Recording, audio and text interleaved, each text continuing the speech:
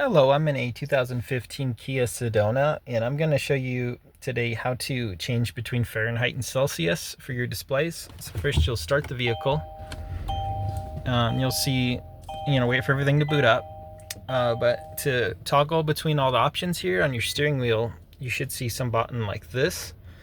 We're going to be clicking that as well as using this scroll feature, and then also clicking this as if it's a button.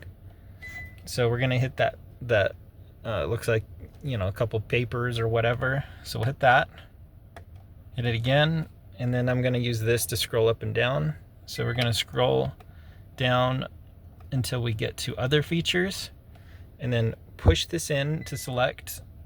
You have to do it kind of quick, so we'll click through that again. So hitting that OK button, and then again scrolling down up until you get to temperature unit, and pushing the OK again. And then here you just select whichever unit you want, and you can even see there it's changing, and it just auto saves. But anyways, I hope this was helpful and hope you have a wonderful day.